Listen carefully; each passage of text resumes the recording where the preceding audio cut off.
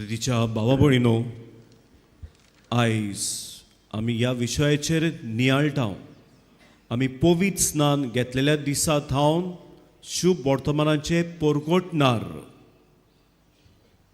आयज पवित्र सभा जेजू सोगटा सर्वांचो राजा दोबाचीक परब समारंभता.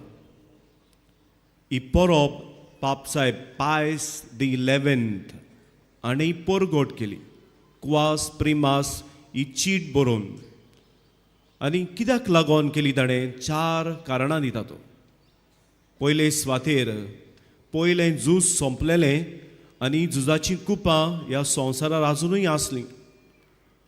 म्हणटूच दाखयता जेजू राजा शांतीचो सवस्कायेचो ही झुजां खोबार करुया, नाका बंद करुया. युरोपाच्या गांवांनी तांची हुकुमशाय जबरदस्ती आनी तांकां चेपतालेत, फ्रीडम नासलें. आनी हें तो सांगता जेजू आमकां मेकळेपण दिता, जेजू आमकां फ्रीडम दिता. हें नाका, हें बंद करुया, बरें न्हय.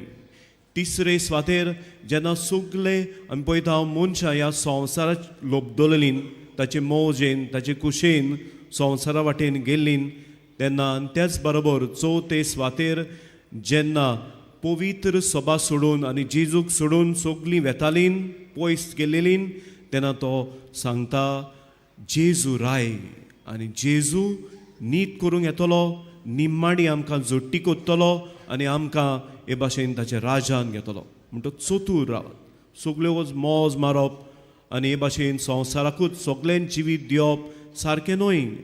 जेजूक आनी जी पवित्र सभेची शिकवण दिता आनी आमकां मेळटा तें तुमी नियाळूंक गरज, तातूंत तुमी वाडूंक गरज. आनी हें बरयतना तो 2 वस्तू सांगता. एक तो म्हणटा कितें गरजेचें म्हणटा पळय तें जेजूची शिकवण आनी जेजूक आमच्या जिवितान राय म्हूण आमी मानून घेवंक. आनी जेन्ना आमी जेजूक राय म्हणून आमच्या जिवितान मानून घेता, ताची शिकवण आमच्या जिवितान पाळटा, तेन्नाच आमच्या जिवितान शांती वसतली, नाजाल्यार झगडीं झुजां. आनी दुसरें तो बरयता आनी म्हणटा जे फुडारी आसात, जे हे फुडाकार घेतात, तांच्याय जिवितान ताणें जेजूक राय म्हणून आनी जेजूची शिकवण म्हणून जेन्ना ते हातूंतल्यान ह्या मोनान काळजान वावुरतले, तेन्नाय सगल्या मदें ही शांती वचून येतली. दानियेल ह्या जुदेवांक इस्रायल पोरजेक हो बोरवांसो दिता. तो पळयता ह्या सिंहासनार बसला आनी कुपांतल्यान थावन मनशाचो पूत कसो देंवून येता. इस्रायल पोरजेक जुदेवांक तांकां सुसेग नासलो. एक रास दुसरे रास तांचेर आक्रमण कोत्तालीं आनी ताचें आक्रमण करून तांकां एके भाशेन वनवास फावो जातालो आनी हे भाशेन तांचें जिवीत, तांचीं देव तेंपलां मोडून उडयताले आनी त्याच बरोबर तांकां कुड्या देवांक हाडटाले आनी तांची कितें शिस्त आसली, तांची देवाची शिकवण आसली ती कोबार कोत्ताले. एके वाटेन तांची ती अस्मिताय आसली तीच कोबार कोत्ताले. आनी नाटक ह्या वातावरणांत दानियेल हें दर्शन पळयता आनी हे इस्रायल पोरजेक ह्या जुदेवांक बोरवांसो दिता आनी म्हणटा की देव येतलो आनी तुमकां सगल्यांक बराबर हाडटलो आनी देव तुजे तांय आपले राज टापतलो आनी हे ताचें राज केन्नाच सोंपचें ना आनी हे ताचें राज जातलें नितीचें आनी ह्या ताच्या राजाचेर कोणाच्यानूच एके भाशेन आड वचूंक जावचें ना. No one will be able to overpower it. म्हणटच हो बोरवांसो ही गोठाय ही ह्या जुदेवांक इस्रायल पोरजेक दानियेल बसयता. ह्या प्रकाशनेच्या पुस्तकान बागेवन जुवांव जे पयले क्रिस्तांव आसले, पयली पवित्र सभा आसली आनी ती कोस सोंसताले, दुमाळो सोंसताले, तांकां त्रास पडटाले तांचो भावार्थ जियोंक, ते वेळार बागेवन जुवांव तिका बोरवांसो दिता आनी तिका सांगता जेजूचें जिवीत सगळेंच आमकां, पूण म्हज्या जिवितान हांव जेजूक राय कसो करून घेता, ताणें आपल्या रोगतान आमकां धुवन काडल्यान म्हणटच तो जावन आसा कुरपेची जोर आमच्या जिवितान आनी तो जावन आसा देवाची शांती आमच्या जिवितान. म्हणटच ताणें आपल्या रोगतान आमकां धुवन काडल्यान आनी तो राय कसलो ह्या संवसारी राजमासून न्हय, जाचो थोड्याच वेळाचे मनीस ते आनी तेच बरोबर मरून वेतले. पूण जेजू राय सासणांचो, जेजू राय सोर पोदवेदार, जेजू राय देव तो डिवायन पवित्र तो आनी सदां काल तोखतलो हो जेजू आमचो राय. आनी ह्या ताच्या रायपणान तो येतलो तेन्ना आनी तो आसा जाल्यार ह्या रायपणान जाल्यार ताची मोहीमा ताणें आमकां दिल्या आनी ताची पदवी आमचेर रास चलयता.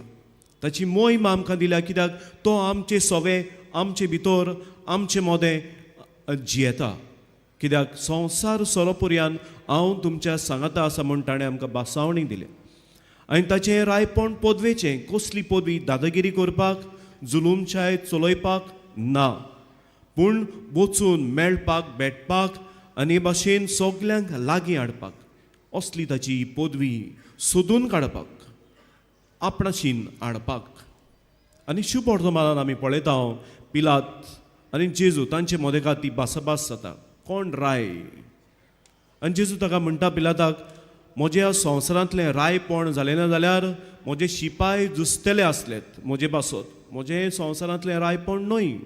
प्रितीच्या भाव भयणीनो, हातूंतल्यान आमकां उगड आसकोत्ता की आमी ह्या संवसारान आसा हांव पळय ती बावार्थाची यात्रा कोत्ता जाल्यार पासून ती बावार्थाची जाल्यार थोड्याच दिसांची बरी जाली जाल्यार आमकां ह्या स्वर्गाच्या राज्यान आमकां जेजू बरोबर येसूक म्हणटच आमकां उगड आसकोत्ता ह्या संवसाराच्या कोसपायांक, ह्या संवसाराच्या आशेंक, ह्या संवसाराच्या बुलोवण्यांक आमी घास मारून रावन आसा. आनी दुसरें जेजू ताका म्हणटा, तूं राजा म्हूण हांव राजा म्हूण तुवेंनूच सांगलें. ह्याच पासत हांव जल्मला, ह्याच पासत हांव आयलां आनी ह्याच पासत हांव आसां. कोण म्हजो ताळो आयकतात आनी म्हाका राय म्हणून मानून घेतात तीं जाणां ती वाट चलतली. आनी खरेंच आमच्या जिवितान आमच्या जेजूक आमी राय करूंक गरज.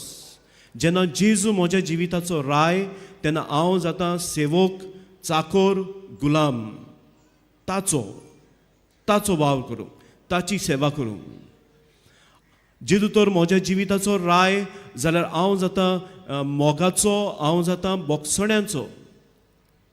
हें जिवीत आमकां जाय. जितून जालें तसलें जिवीत जेजूचें, हें ताचें रायपण ताका मेळ्ळें जाल्यार ताचें जिवीत जालें मोगाचें, बोगसण्यांचें.